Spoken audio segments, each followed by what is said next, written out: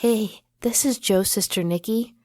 I think I might be the only girl in the world who has a brother who spends his entire day in the basement pretending he has an internet radio show. Live from Joe's mom's basement, it's the Stacking Benjamin Show.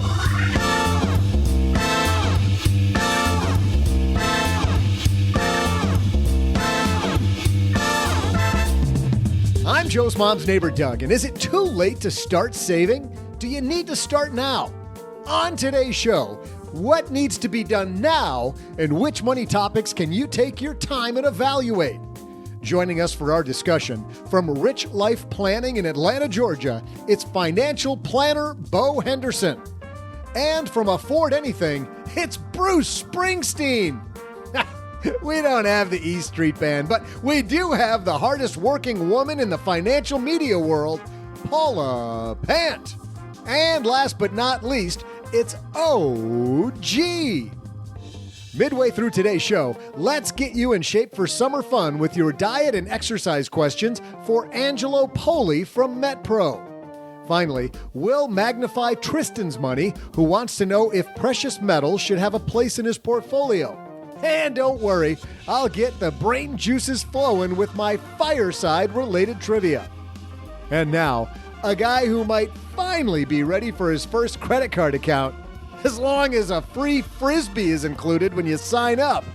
It's Joe Saul-Sehy.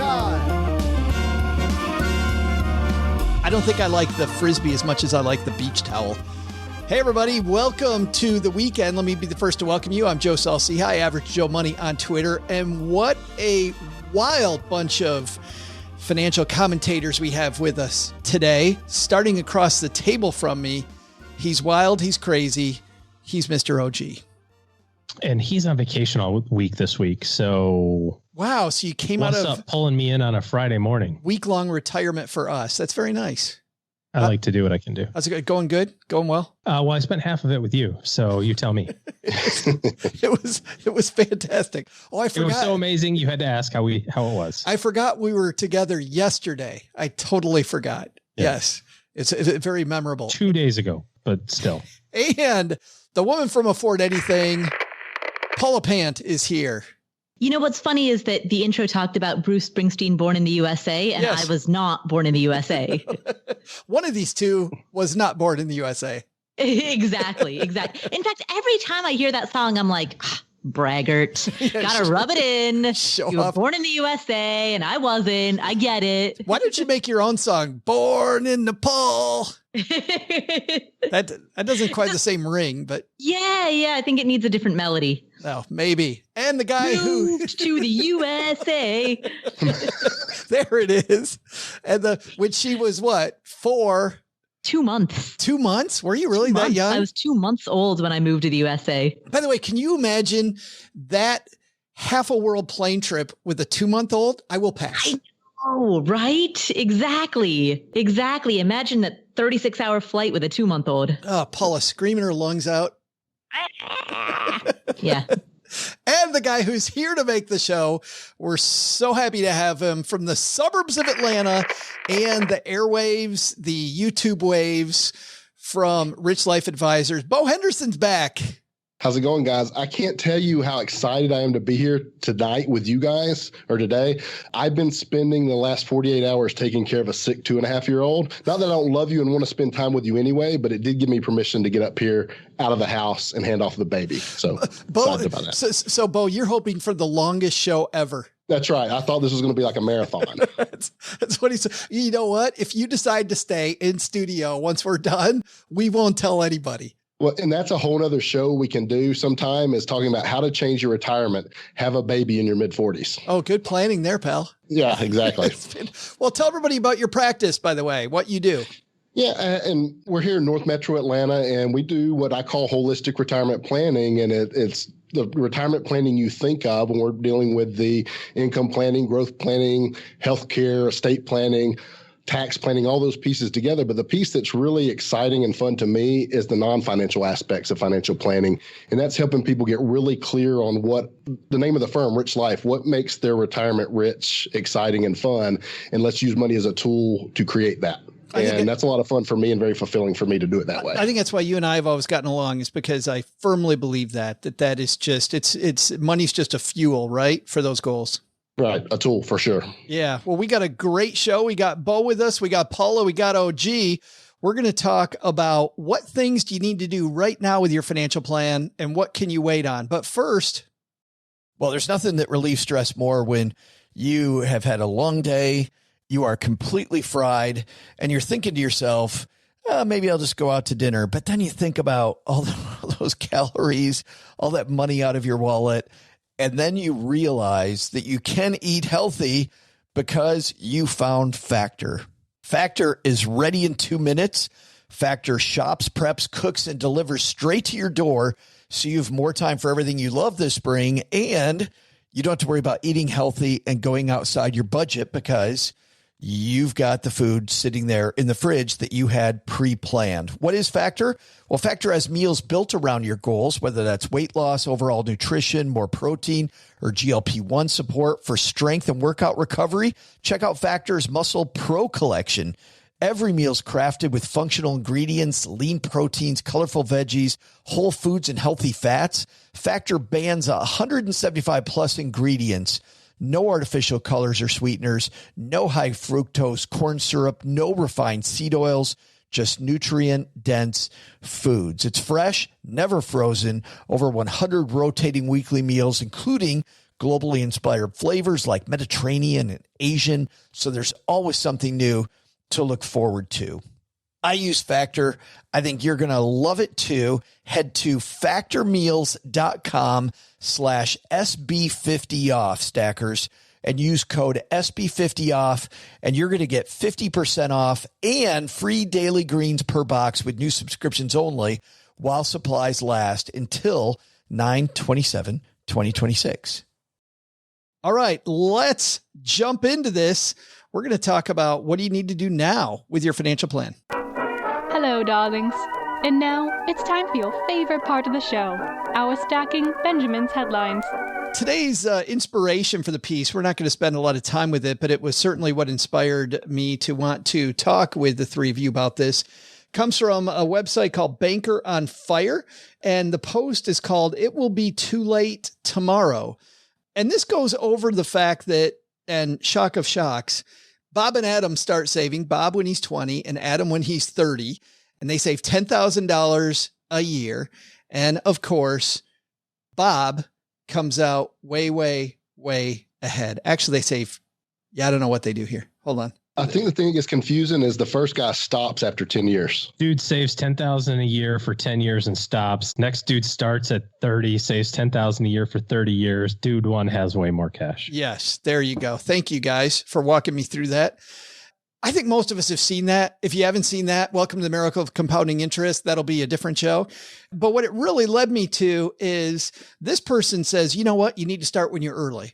Well, we've shown that you can't go back in time, so start when you can, right? So I'm not worried about that. But I am worried about this concept of there are some things that maybe you should wait on, that you should take your time developing. And there's other things that, man, you need to get moving like yesterday. So Beau is the guest. Let's have you kick this off. When you're working with people on their financial plan, what is the thing that we need to get moving right now? This is going to sound really basic. It's just having a strategy. I say it's probably 95% of people, when I ask, do you have a financial strategy or retirement strategy, they look at me like I'm an alien. And I think if we don't get clear on what we're trying to move toward or build toward, you're just going to kind of spin your wheels. And if there's money in the account, you're going to spend it, and we're not going to have concrete goals.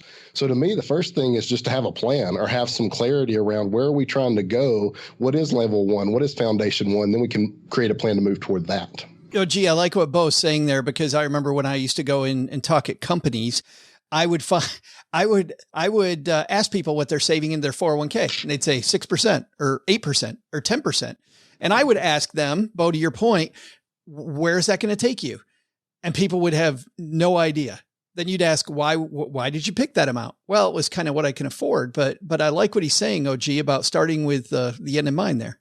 It sounds really silly to say, and I think one of my favorite parts of conversations with clients, both probably the same way, is when you get to the point where you've saved enough money or you're on the right trajectory that you don't have to do that amount anymore, or you have opportunities for other goals. You have other flexibility kind of built in the plan.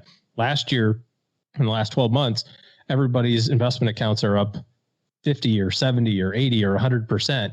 And that sounds wonderful. You go, oh, I'm up all this money. What does that really kind of translate into?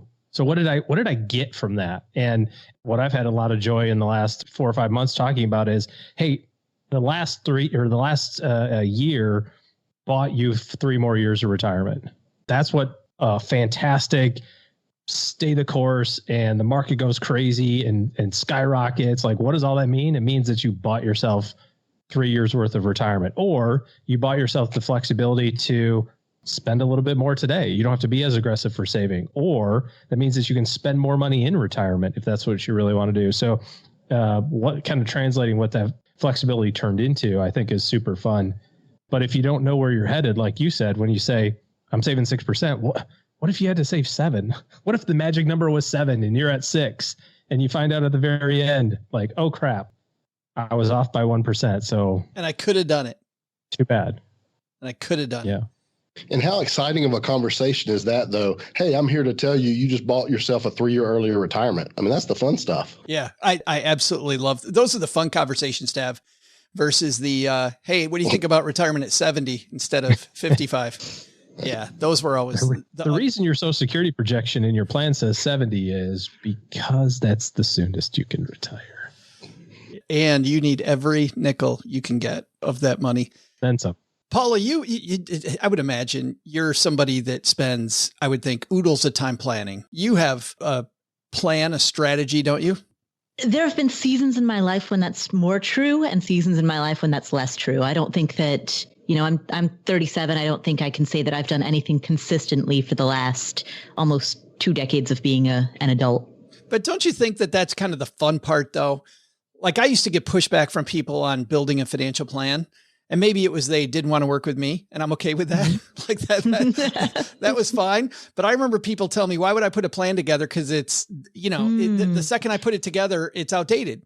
Right. That reminds me, there's an expression, planning is everything, but plans are nothing. Nice. So the act of planning, the act of thinking something through and developing an idea about it, even if that idea is loosely held, even if you know that it's a dynamic, living, breathing document that will always be in flux, just that act of planning is arguably more important than the plan itself. I know there's a coaching organization I belong to and go to once a quarter, and just those 4 days. And OG had to, by the way, convince me to start going to this thing.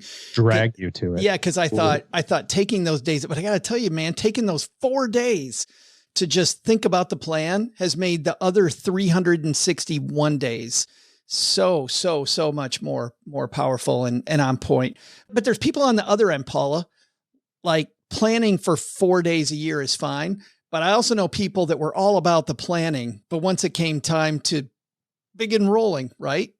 Didn't want to do it. So when does planning end and procrastination sets in? I think if that's what's happening, I think deep down you'll know. I say that for every person listening. If you are planning to such an extent that you're wallowing in the analysis paralysis phase, I think deep down you know that that's what's going on. I don't know if there's a definitive, like, once you cross X metric, then this is going to apply in your situation. I think that's one of the more qualitative, you know it when you see it. How do you knock people off of the procrastination game, Beau? I think here's the reality. What I was just thinking as Paula was talking is that sometimes the procrastination is, if I do this work, then I've got to do something.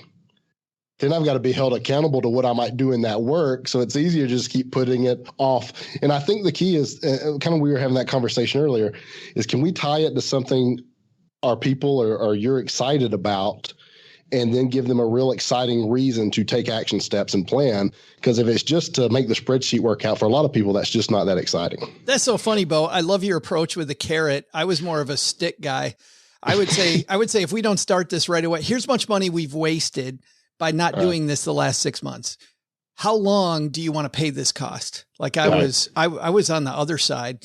I prefer your method, actually. I think it depends on the person. You can see real quick who's motivated by what, That's true. How do you handle that, OG?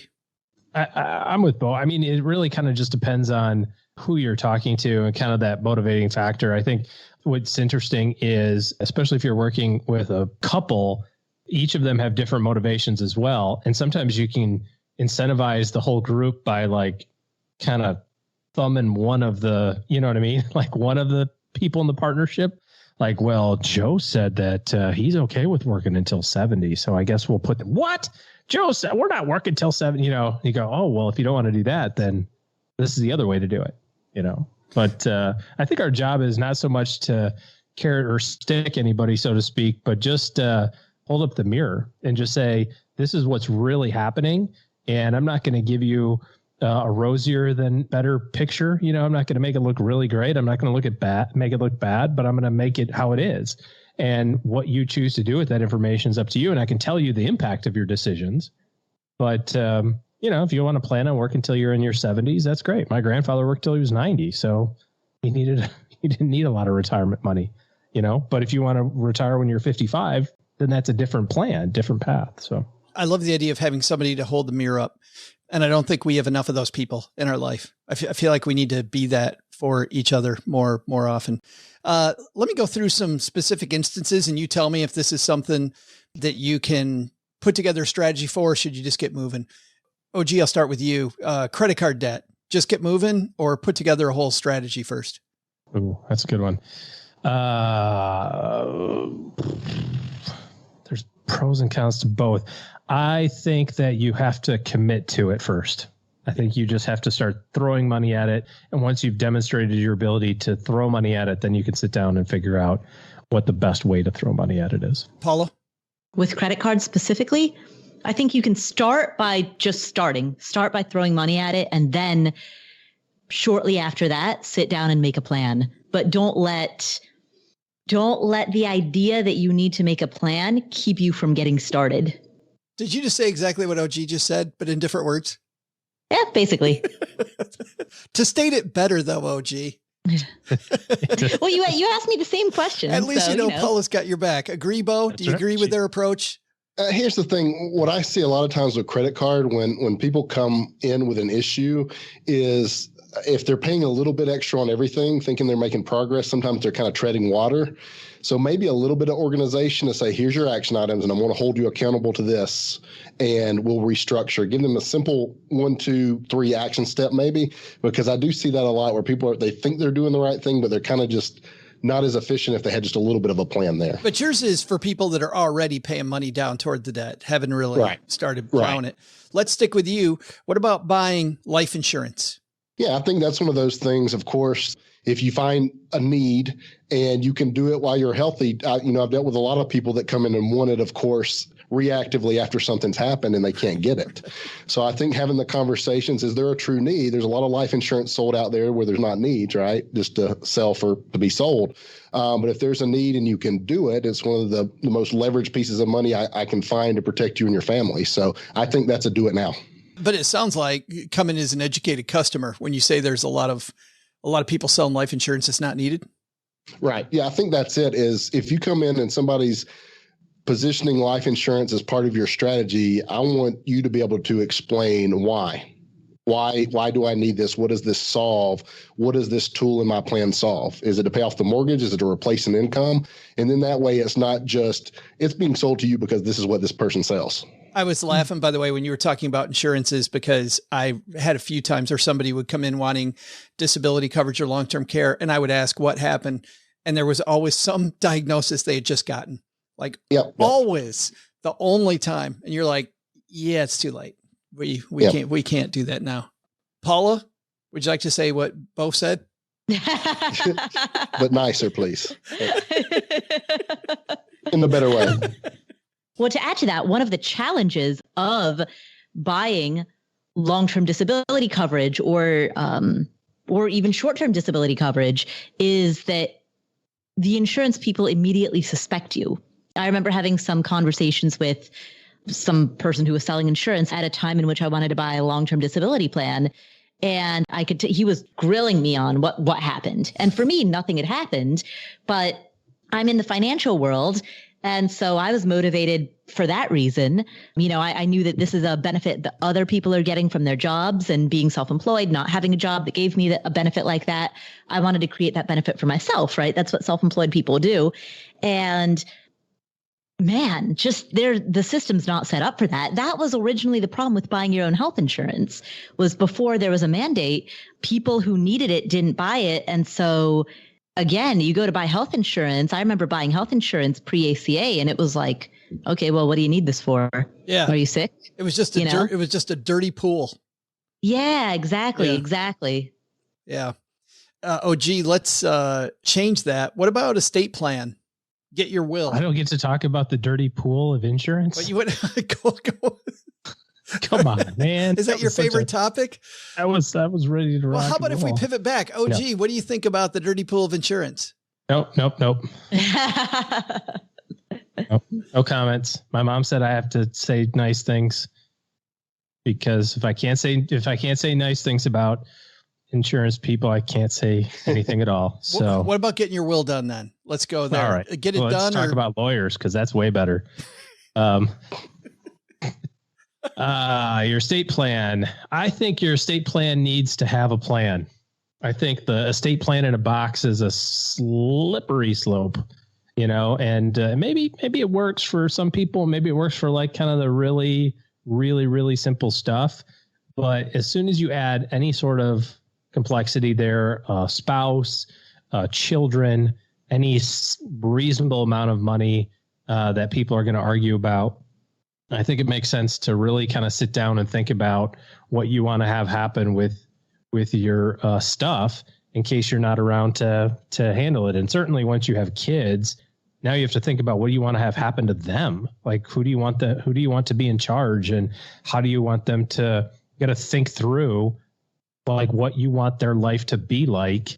And sometimes that dovetails into the insurance type stuff, like we were talking about before. When you realize, okay, I'm the breadwinner. I'm the person who makes sure that we can go to Disney every so often. So I want that to continue if I'm not around. So how do I make sure that can continue and pay the mortgage off and fund college and all that sort of stuff? And you start putting dollars to that, then you can figure out on the insurance side, well, what does that look like now? Now it's this number. Now what sort of tool do I want to use? Because insurance comes in a lot of different flavors. So people go at it the other way. Instead, they go, well, my company gives me 2 times salary, so that must be enough. So there we go. Right. So I'll take that, you know, and you're like, no, you're underinsured by tenfold, you know, at that number, at least probably. So estate planning, I don't think you can I don't think estate planning is something you can just walk in and get done in an afternoon.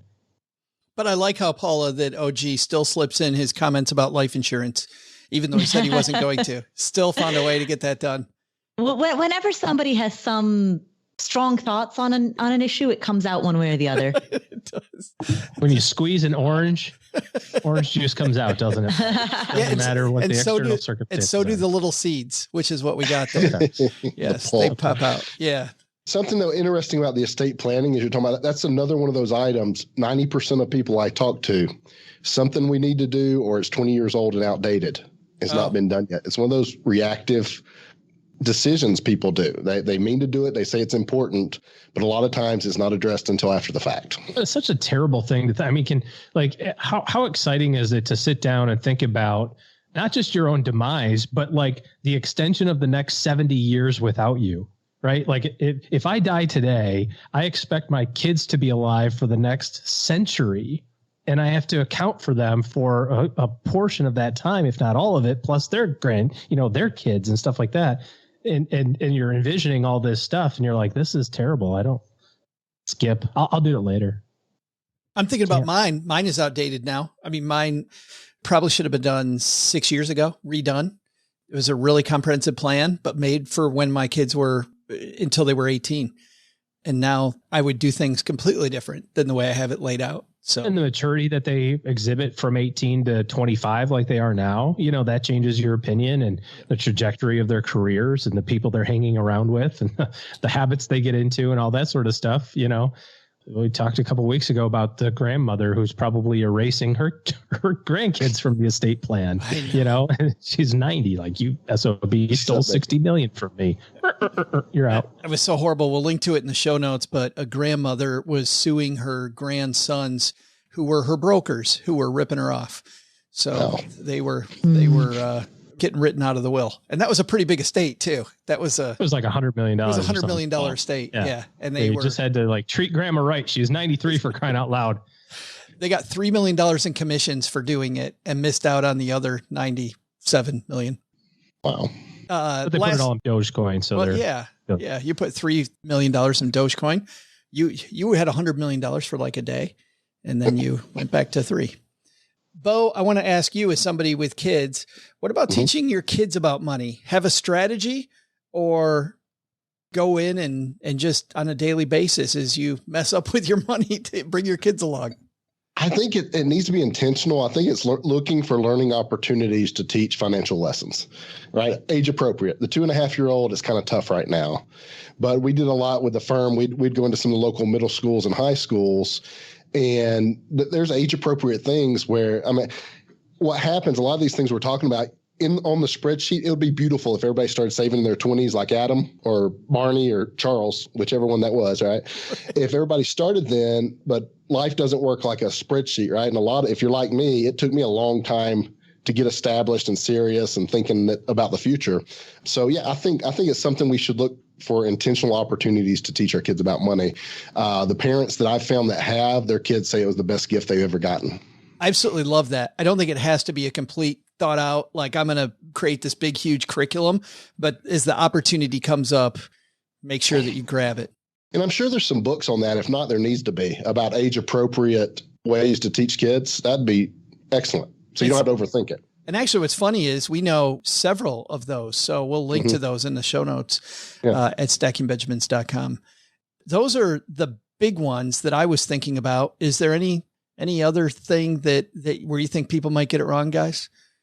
I don't know about getting things wrong, but I think there's such a great opportunity, especially like this time of year, as people are transitioning from college to their professional careers, or from high school into their professional careers. It's just that time of the season that if you're a college kid and you've been making, $15 an hour or $6 an hour waiting tables or whatever, and you're figuring out how to make it work on $8,000 a year, and you just got your first job making 70 grand, just max out your 401k. Just don't even think about it. Because going from making 10 grand a year to making 60 is awesome. It's also really awesome to go from 10 to 40. Like, you don't know the difference. So just do the stuff that you're going to know that you got to do anyway. Buy your disability insurance, or you probably don't need a comprehensive estate plan if you just got out of college, but set up all those systems in advance, and then you're done with it. You never have to think about it again. You've already maxed out your Roth and you maxed out your 401k. You're good, man. Just do that for 25 years. You'll be a gazillionaire. We're going to call that OG's takeaway from today's piece. We'll let our guest of honor, Beau, go last. Paula, big idea from today's piece. I mean, I would say a sort of a modified version of me saying the same thing again is start early, because then you give yourself options. If you begin aggressively saving and investing at a young age, and you will never be younger than you are now, and you do that for the next 10 years, you set yourself up in a much better position than someone who hasn't done that. And that means that 10 years into the future, 20 years into the future, you now have more flexibility. So if you need to take your foot off the gas pedal for a while, you can. Beau, you've got the last word. The word for me is clarity. It's always clarity on all these conversations. If we can have a conversation and get clear on what it is we're trying to accomplish, whether it's the insurance conversation, the estate planning conversation, and we can make some of those decisions now, it's a lot less daunting than if we're just saying, like we were talking about earlier, oh, you're supposed to put 5% in your 401k, and it's just kind of random. And I also think one of the things I did, this came up earlier as a takeaway. I've got two. Sorry. The second takeaway is bonus takeaway. Bonus, right. I'm going to get charged for this one. But the other is, I was thinking about the estate planning. This comes up a lot specifically, and I think it applies to all these, is A lot of people will not do that work because they're afraid they'll make a wrong decision. So a way I've found to deal with that is, what if we say, let's set up a plan that's good for right now? And sometimes that can promote action to get it done, and knowing you have permission to change it any time in the future, because sometimes that what if we pick the wrong beneficiary? What if we pick the wrong person to take care of the kids, and people will never address it? So when I can make them think of a shorter timeline and know you have permission to change it in the future, sometimes that can spur some action that needs to be taken.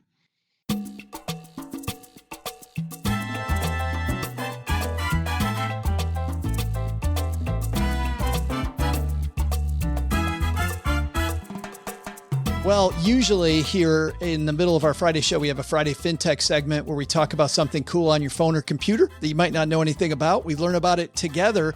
Today, however, and a few times a year, we're all about health and wellness, because who cares about your goals if you're not healthy enough to reach those goals? And Beau, this is going to be old friend day for you, because the guy I'm about to introduce is Mr. Angelo Poli from MetPro, and you and Angelo are friends.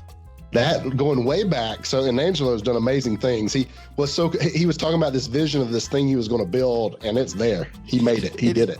It is totally there. So if you have a vision of a healthier body, whether it's through diet, exercise, but as Angelo will say, probably both, we're answering some of your questions today. So let's say hi to Angelo Poli from MetPro.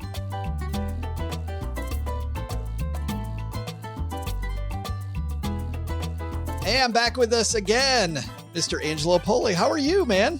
I'm doing great. Love being back in the basement, Joe. It's so fun having you every time. And we've got some great questions from our listeners. So let's just dive in, dude. You and I have talked a lot lately about diet, nutrition, metabolism. Let's talk about workouts. Let's do it. Nikki says, what's the best way to build core muscles? Work the core, Nikki. Wow. There it is. Next question. So let me define core muscles. So the infomercial at 2 a.m, core means abs. You know, you see the fitness model with the great abs, but in sports and performance, and in my book, core is any large muscle group that is attached to the major bones of the body, not the axillae. In other words, not your forearms, not your lower legs. We're talking about your pelvis, your spine, the femur bones, any of the large muscles attached to those. Those are core muscles that are going to play a role in posture and stabilizing your body.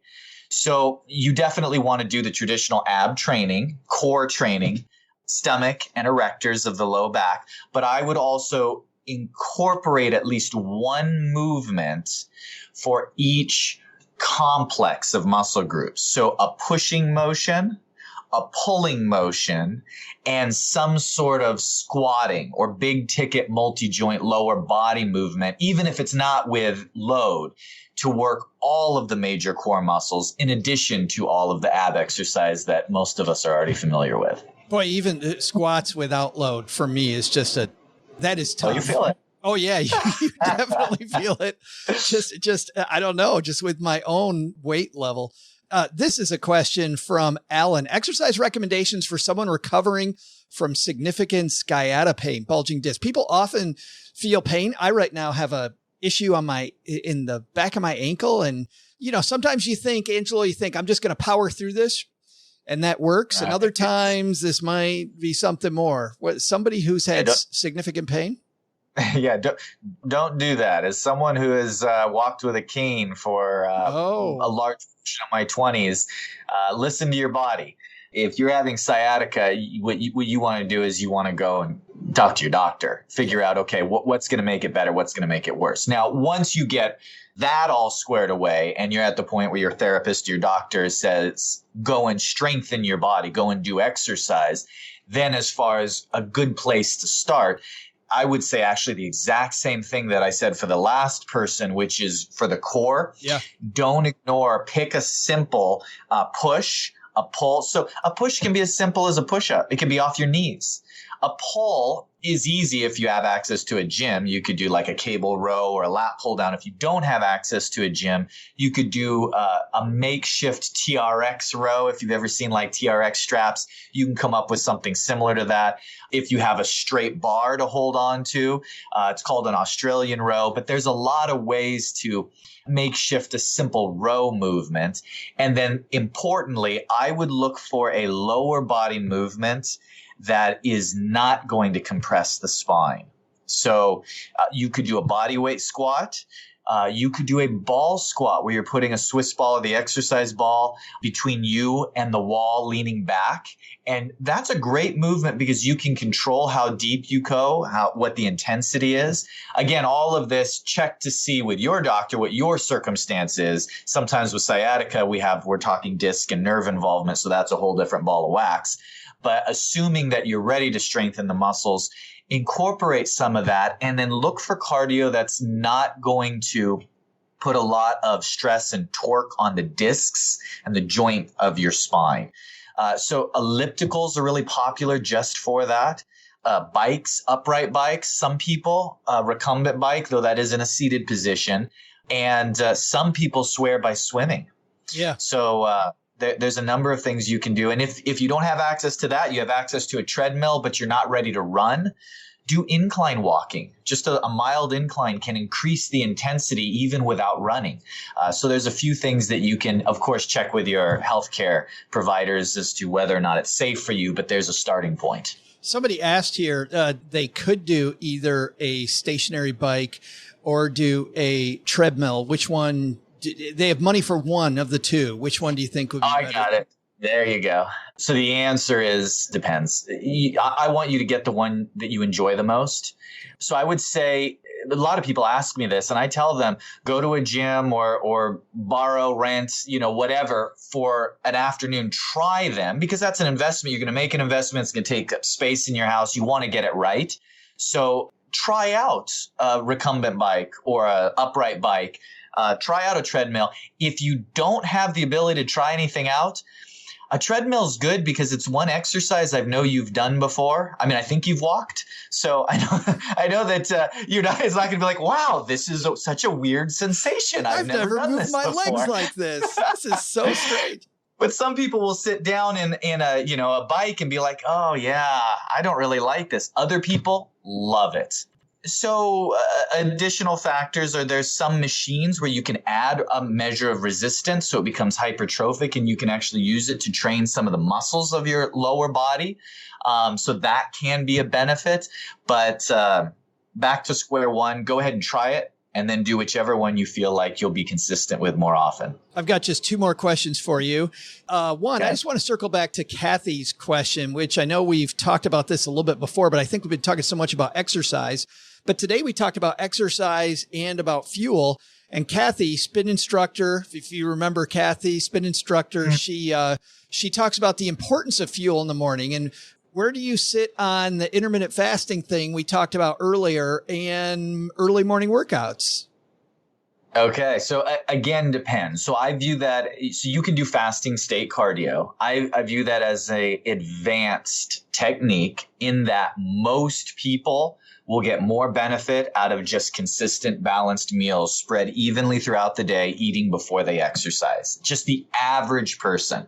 Now, if somebody is already very consistent and structured with their nutrition throughout the day, and they want to purposefully schedule a day where they're bumping their breakfast back to get fasting state cardio first and still getting good nutrition, eating right after their exercise, and then spread out evenly throughout the day, getting meals, more power to you. You can do that. What you're doing is you're sacrificing a little bit of performance and muscle optimization for a little bit of fat burning optimization. We're not talking a huge swing. We're just talking a slight quarter turn of the dial. But if you're the type of person where your eating schedule is somewhat haphazard, adding to that missing breakfast is probably simply going to, like the 24-hour day in the middle of your week, it could be more of a bomb than a benefit, because overall, whatever is repeatable and consistent is going to be better. So if you're uncertain and you're just experimenting, you're probably going to actually put more energy and calories into better workouts if you fuel in advance. If you are more advanced and you're already cruising at a pretty high altitude with your schedule and you want to experiment with how your body feels doing fasting state cardio, then I would just say make sure you eat right after. Gotcha. Last question. I think this is a great one to end on. Jen has a question, says, how do you overcome lack of motivation to work out? I know you guys work with so many people, Angelo, and as you know, there's days you want to go and days you don't. She says, I know it'll be good for me. I know I need to do it for my health, but I always have an excuse as to why I can't, or I'm just so exhausted of the thought of putting out the effort, ... That's a great question. And I have a very specific answer. I want you to exercise 5 days a week. And it's the line in the sand you don't budge on. I want you to exercise 5 days a week, but it is up to you, Jen, what your entry point is. Maybe your exercise is doing 30 crunches in the morning and a plank, or doing some body weight squats, or walking on the treadmill literally for 6 minutes. But something that you can do each day, because exactly what you said is, how do I get the motivation, is you have to establish a routine. So I would much rather you do something for 5 to 10 minutes that you can reproduce daily versus something much bigger that we're not consistent with yet. You can always add on. So when I start, and everybody's schedule is different, but just as a general rule, what I like to get my clients into is, hey, Johnny, look, you exercise Monday through Friday. Now I know life happens. If you miss a day, then you can do makeup on the weekend. Like, well, I don't have that much time. Like, do you have 5 minutes a day? Well, yeah, I have 5 minutes. It's like, great. Like, well, I could probably do 10. No, 5's good. You show me that you can get 2 weeks straight of just doing 5 minutes. Then we'll go to 10. Then we'll go to 12. By the time we get to 15, you're going to see results. And those results, that's going to motivate you. So just start with the routine is more important than the activity itself, day one. So that way by day 30 and by day 60, now you're in shape to push forward and really make some great progress. I wish you loved what you did. Just people. I don't like this very much. I can't wait to get off you. This is just driving me crazy. People don't get to see the enthusiasm with which you present this stuff, and it's always so great. You guys, thank you. You guys have a couple of great tools for people. The basis of MetPro is concierge coaching, and I use a MetPro coach. But you also have, for people that just want the technology, they can use the tool online to get the MetPro app. Talk about both of those things for a moment, if you don't mind. Yeah, so we've been a coaching company for years. I've been doing this for 2 decades. Basically, what we've done is we've have all of these analytics tools that we've developed.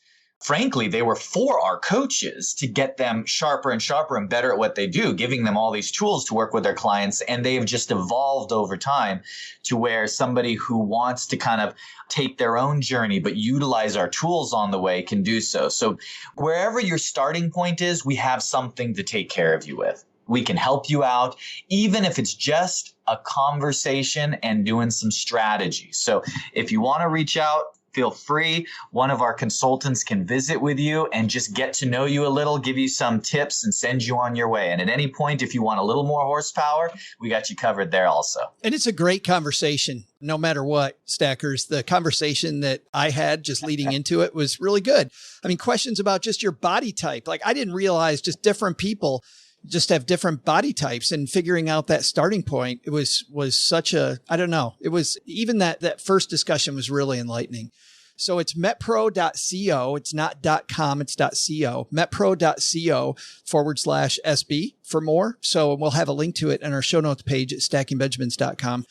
Angelo, great talking to you again, my friend. Have a fantastic summer, and I'm sure we'll be circling back with you in the fall to see how we get ready for the second half of the year. Can't wait, Joe. Have a good one.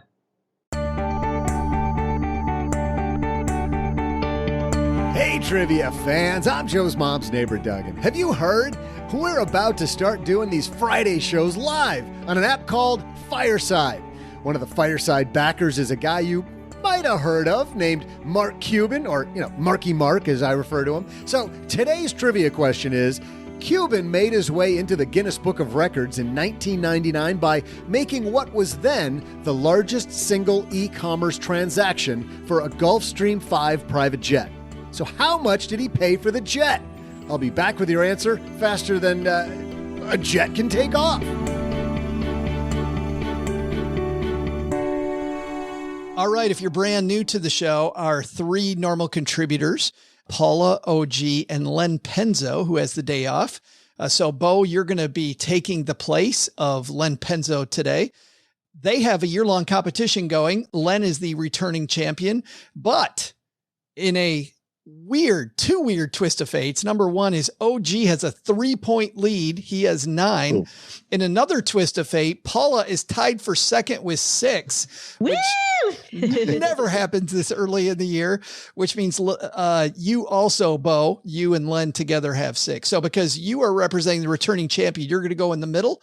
Paula gets to go last, and OG is going to kick this off. So a Gulfstream 5 private jet in 1999, OG. I wish you knew something about aviation. Yeah, wouldn't it be great? He made this is some kind of record. Like, would he buy it on his credit card or something, or he did it online? This was at the time the largest e-commerce transaction. Think about the year 1999. Who's buying? People are buying a few books from this little store in Seattle online, right? You're not buying a ton of stuff in 99. So he went online. He went on Yahoo or something and went, "I'll take it." Is that it was an e-commerce transaction. Yep. Such foo-foo words. Okay. 1999, you said? 1999. A Gulfstream 5. So a G6 nowadays, brandy new, I feel like is in the 60-ish million range, maybe 70. So G5 is a precursor to that. I'm going to say $31.5 million. $31.5 million, Beau.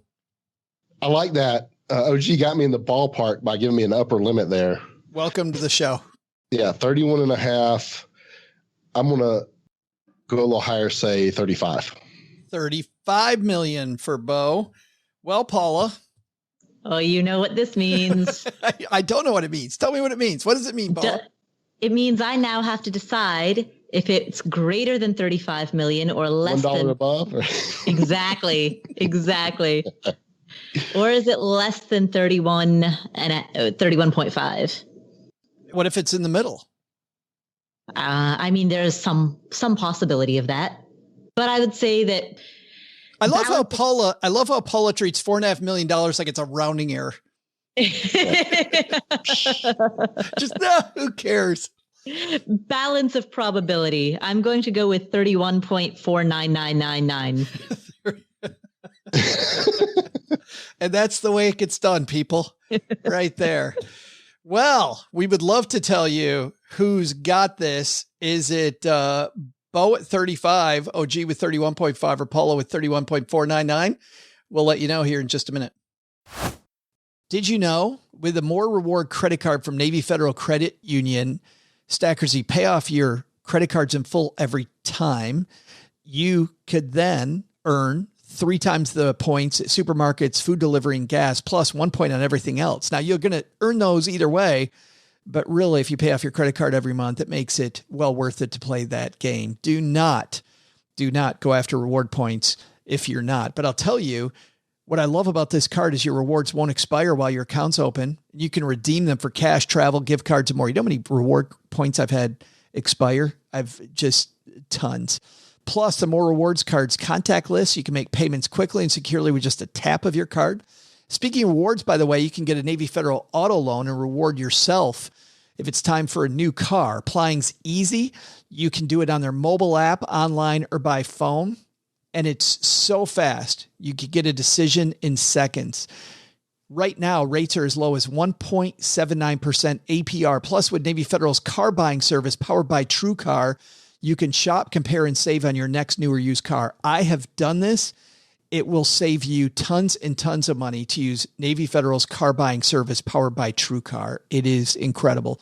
So whether it's your first car, your dream car, Navy Federal can help you cruise into that new ride that has a monthly payment that you can actually afford and not one that the dealer tells you can afford.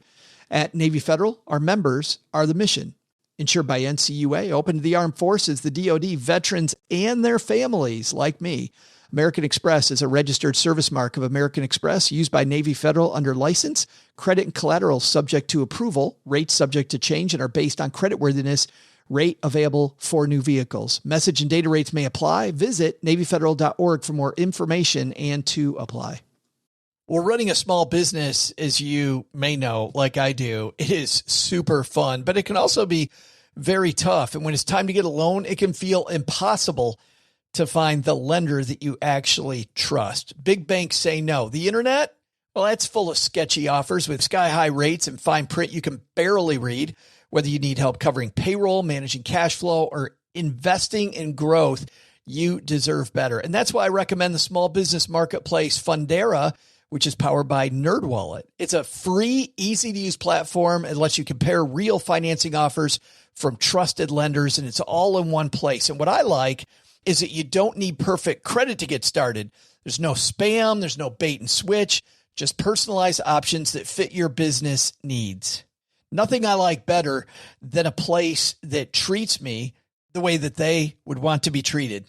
Using Fundera is a super way to quickly compare options and make your best funding move the way any great business owner would. Here's the best part, though. For a limited time, when you visit nerdwallet.com/SB and fill out the no obligation form, you're going to get VIP treatment and talk with a real person who knows all the ins and outs of small business lending. And you can tell them specifically what you're looking for. They can tell you specifically which options you should probably consider most. Don't risk your business on unreliable lenders. Go to nerdwallet.com/SB to learn more and find the funding you deserve. Fundera Inc., NMLS ID number 1240038. Well, OG, you kicked it off with 31.5, and it looks like you've got a narrow runway, my friend. Hey-o. Lord knows I need as much width as possible these days. And speaking of as much width as possible, you were telling me about a landing you had recently in a plane that was a little back and forth. A little gusty. Yeah, a couple weeks ago. You used the entire runway. All 150 feet of it, left and right. And some of the grass. We looked at the grass. We didn't land on the grass. Be clear. That just is more thrilling than I would want in my plane ride. Beau, you've got the top end. Some of this is make-up. I'm not sure. You got the top end at $35 million. It's cap. Could be higher. You could have it. It could be. It could be. Paula, how confident you feeling at 31.49999? I mean, I like that I have the entire span of 0 through 31.49. Like it's a large chunk. It's a large runway. But the last time you bought a Gulfstream, what did that cost? You know, a smidge. A smidge. Yeah. It cost a little. A touch. Yes. All right, Doug. A rounding, more than a rounding error. Doug, what's our answer here? Hey, Stackers, it's me, Joe's mom's neighbor, Doug. And, I think this is the final straw. Joe told me earlier that Mark Cuban routinely makes appearances on Fireside. And he might even stop by and listen in on the live show when we start next week.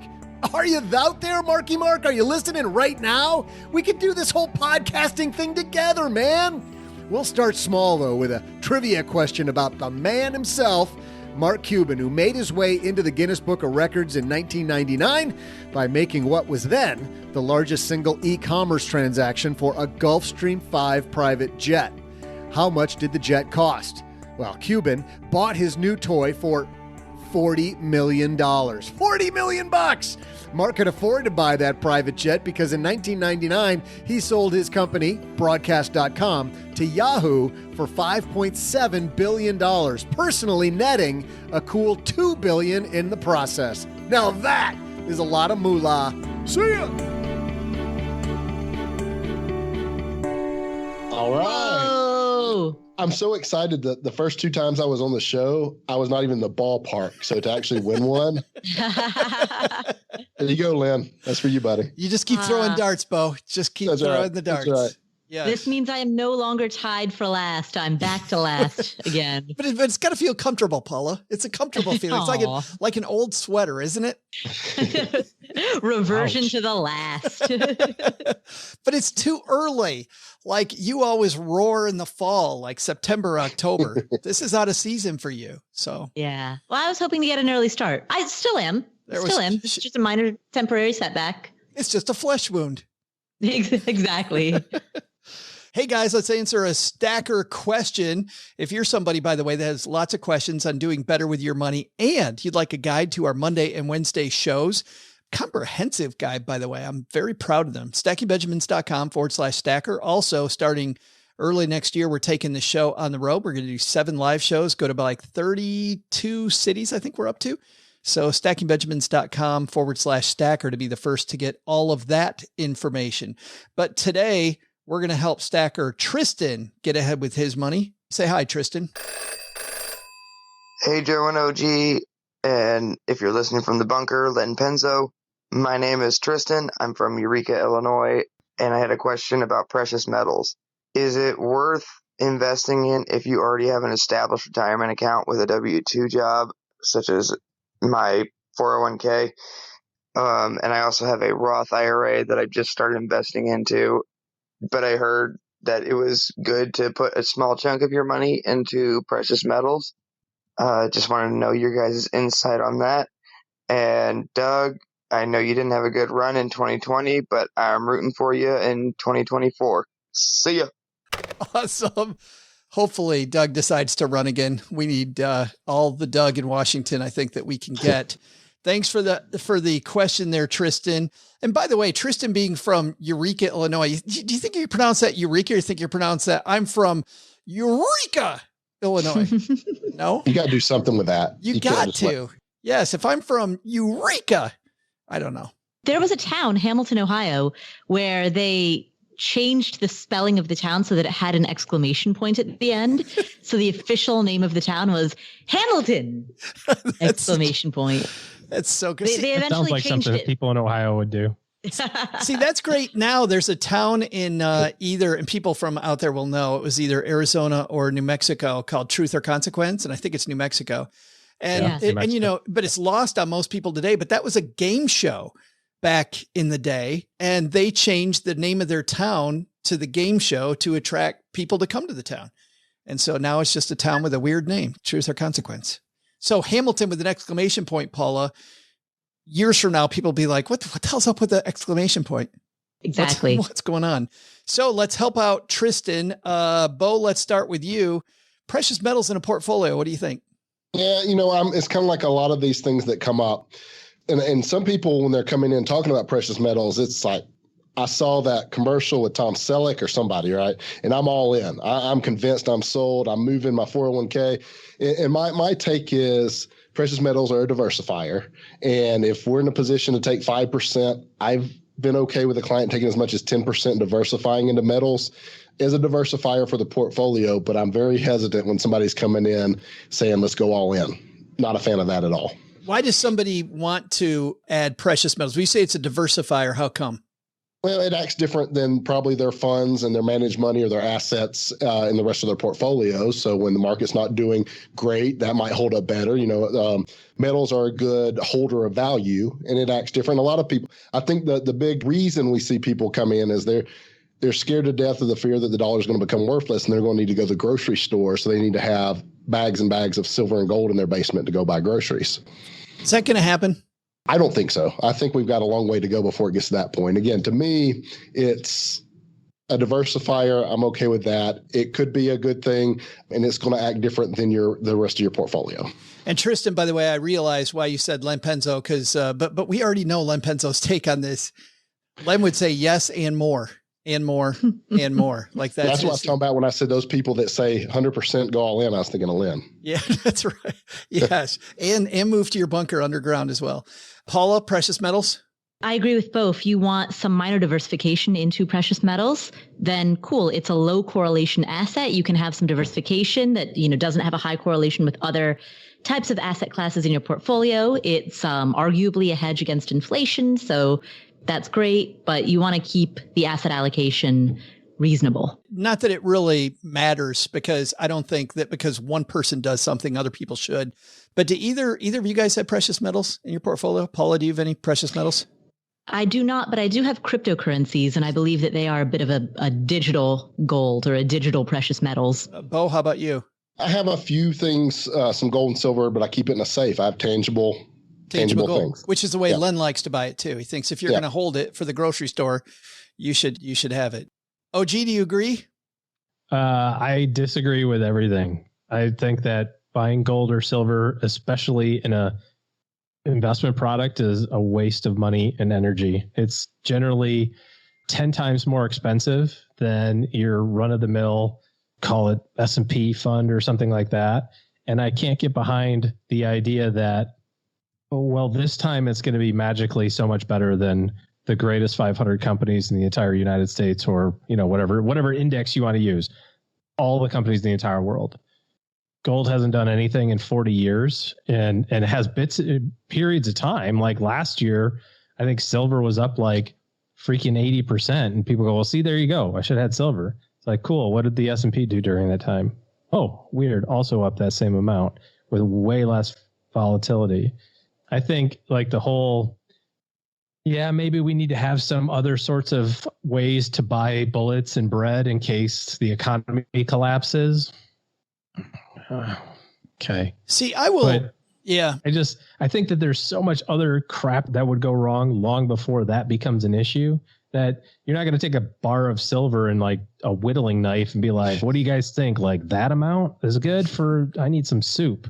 Like, I'll just shave some off. They'll just kill you and take what you have. Like, haven't you seen Book of Eli? Like that movie is very apocalyptic. They just take what they want. They're not going to be reasonable, So I think that's a little bit of a false narrative on like, well, what the economy collapsed? Like, come on. The economy collapses, like you and your 7 pieces of silver are going to make it work. Give me a break. But I think if you look at it from the question within the question, which is, I saw my portfolio go down 40% last year in 17 trading days. I didn't like it. So what do I do to make that not happen? Anytime you take that question and expose it, I guess, for what it is you want lower volatility. Well, there's 1,000 ways to have lower volatility. You can add fixed income. You can add cash. You can add precious metals. Real estate. Right. There's all sorts of different things. Yeah. It doesn't have to be the Tom Selleck commercial, like Beau said, because I wasn't thinking of Tom Selleck. You know who was in my head when you said the commercial? I was thinking about the dude who was the Secretary of Defense for 24 on the show 24. I can't remember his real name, but I just remember him being that was his character. But and to be fair, I think Tom Selleck is doing reverse mortgages. Indeed he is. Okay. Yeah, those are super awesome too. So we can another question or two on that. So, anyways, I don't know. I'm not sold on buy a barrel full of gold and stuff it in your basement just in case. No, but I remember when I would work on our asset allocation for clients, if I put a little bit in, 2 or 3% that was precious metals, and I would get the difference between cash or bonds is that with precious metals, sometimes we get these weird spikes, as you guys know, right? 8 times more volatility, by the way, precious metals than you have in the stock market, according to a writer named Walter Updegrave. The issue with cash and with bonds is you take away the chance of a return. And with precious metals, I feel like if you've got 2 to 3% exposure there, it's like just a little bit of pepper in your portfolio. It will calm it down sometimes during times of stock market volatility. Of course, this wasn't the same in 2007, 2008. If you guys remember, gold sucked too. Everything. There was nowhere to run. So BlackRock has a commodity trust index portfolio that you can buy at 75 basis points. It's started in July of 2006. If you put $10,000 in it today, you'd have $2,500. Like that. Hashtag winning. And it's up 50% in the last year. So like circle that on the little thing. You go like, oh, but it's up 50% this year. Yeah, it's back up to the number it was 5 years ago on the way down. Silver's the same way, 72% last year. Started at 10,000 in April of 2006. Today it's 20,000 14 years later. Yeah, it was worth 40. But by the way, guess when everybody bought it? Of course. You know, it's like Bitcoin. When did I bought my Bitcoin at 63,000. I'm not too proud to say that I did. You know, I sure as hell wasn't going to let it see 70,000 without me having some. I can guarantee that. YOLO. It may not be 70,000, but you know. I think I also see an emotional component to this conversation where something about if I can take $5,000 of this overall portfolio and put something in my house that I can touch and feel, it makes me feel safe.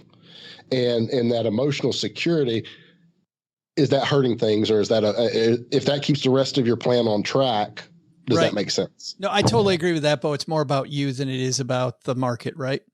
It's more about you and controlling your emotions, which is why I like what you talked about earlier. If we can get some clarity, if we can talk through that, that's good stuff. Tristan, thanks for the call. If you've got a question for us, head to stackingbenjamins.com/voicemail, and we'd be happy to talk through your question as well. And Mr. Penzo wasn't here, but we already know what Mr. Penzo would say to that question. Hey, let's find out what all of you are doing. OG, what's going on this weekend after Memorial Day weekend? The weekend after the weekend of vacation? The weekend after the weekend of the... I'm going to probably spend the weekend golfing, I'll be honest. Oh, that's tough. I feel bad. That's horrible. We'll let our guest of honor go last. Paula, what's happening at the Afford Anything podcast? On the Afford Anything podcast, we have an interview with Julia Galef. She writes about the Scout mindset, which is a mindset of thinking from first principles and developing accurate mental models of the world based on reason. And from this, we can make better investing choices. So that is on the Afford Anything podcast. Plus, of course, every other episode, this wacky dude named Joe Salsihide joins me to answer questions from the audience. I know, right? And we have so much fun. We recorded just to look at what's that look for? Like one of us has fun. I was just thinking about the last thing that we recorded. Just pulling back the curtain here a little bit about Afford Anything recordings. These will sometimes run long, but we recorded for, I think, 2 to 2.5 hours and answered 3 questions. Wow. Yep. We started recording it. Well, we started our call at about 3:15 and we ended it at 6 p.m. Yeah. Oh, you know what? That's true. We chit chatted for like 30 minutes first. A lot. We did. But still. That's right. It was 3 hours of being on Skype with Joe to answer 3 questions. I know it's a dream come true for most of you, but Paula gets it every other week at the Afford Anything podcast. We'll link to that in our show notes as well. And by the way, that woman sounds interesting. That is a great topic.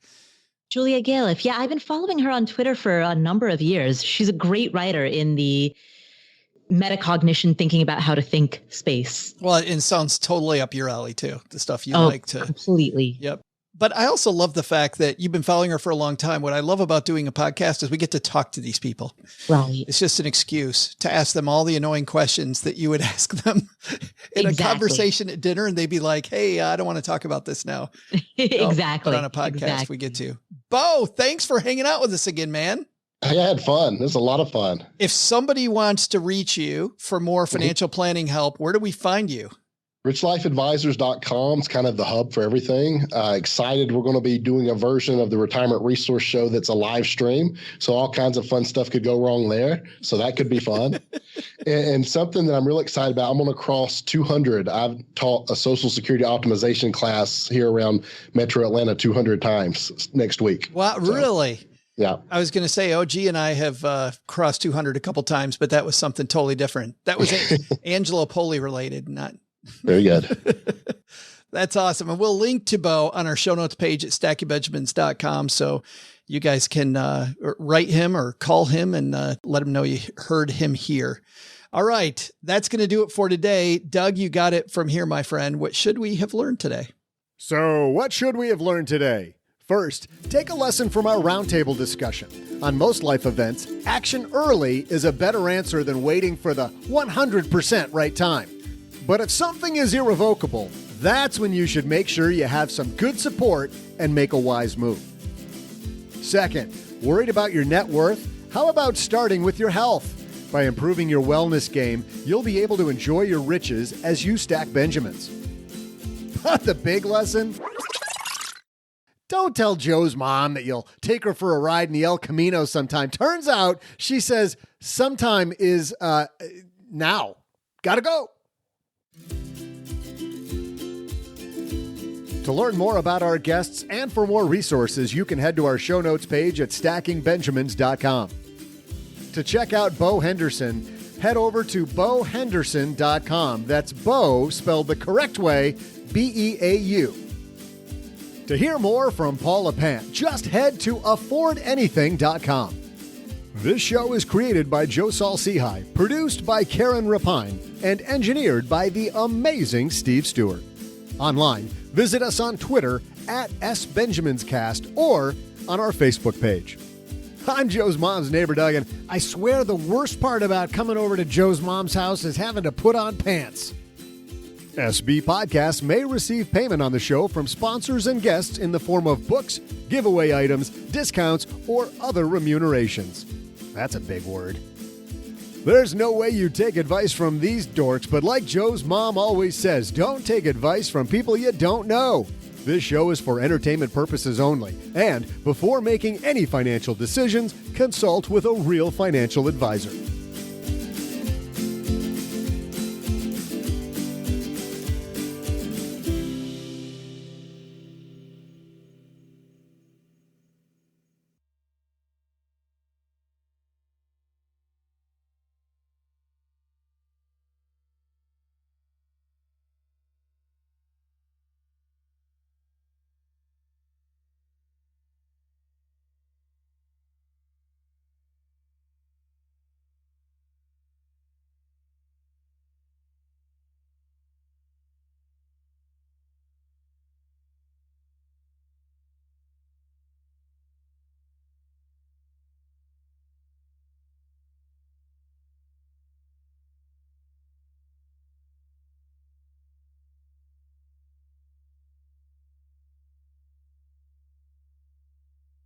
All right, let's do a very quick after show. I sent you a video on Instagram. I don't know if you can play it on this or not. Is it? It's like 10 seconds, but it's basically the exact open that we had here where you totally missed the whole fact that we were making fun of something. And I found this wonderful gold piece that I thought I had lying around, but it took me a second to get it. I don't have Instagram on my iPad. Well, it was really funny. Anyway, Phil Mickelson was on set. This was from a year ago after the PGA Championship. And they're like, hey, yeah, Phil, we're really happy to have you here. And he goes, well, I'm really good at three things: playing golf and talking golf. And then Nick Faldo goes, what's the third? And you can see Jim Nantz look over and go, I think he's setting you up. And he goes, yeah, but you said you're good at three things. And you see Mickelson goes, and he kind of does that. And Nick Faldo goes, I think I misunderstood something. And Phil goes, yeah, you think? Well, anyways, back at and he just moves on to the. That's funny. So it just reminded me of that when you, at the very beginning, whatever, anyways. Yeah. Put that in. Good at three things: making podcasts, eating dinner. Bam. There it is.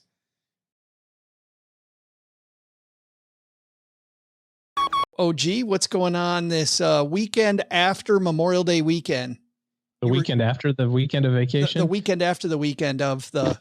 I'm going to probably spend the weekend golfing, I'll be honest. Oh, that's tough. I feel bad. That's horrible. Paula, what's happening at the Afford Anything podcast? When is this airing? Which the weekend after Memorial Day weekend. Oh, yeah. We just went over this, didn't we? Are you asking the same questions? Yeah.